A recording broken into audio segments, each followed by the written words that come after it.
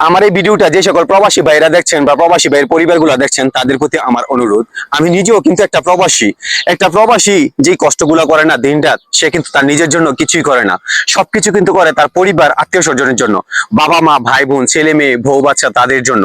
আপনারা কিন্তু কখন একটা প্রবাসীকে অবিশ্বাস করবেন না, সে কিন্তু নিজের জন্য কিছুই করেনি। সর্বদাক্ষণ কিন্তু এত পরিশ্রম করার পরে কিন্তু সে কিন্তু আপনাদের কথাই কিন্তু ভাবে। তারপর দিন শেষে যে সে পরিবার থেকে অবহেলা পায়, একটা প্রবাসী সেই কষ্ট দেখার মতো বা লুকাবার মতো কোনো জায়গা নাই। আপনার একটা প্রবাসীর কষ্ট কখনোই বুঝবেন না, কেন জানেন? সে হাড়ভাঙ্গা খাটুনি পরিশ্রম করার পরও সারা কাজগুলো তার কিন্তু নিজের করতে হয়, পাক করে কিন্তু তারই খেতে হয়, কে কিন্তু এখানে পাক করে দেয় না।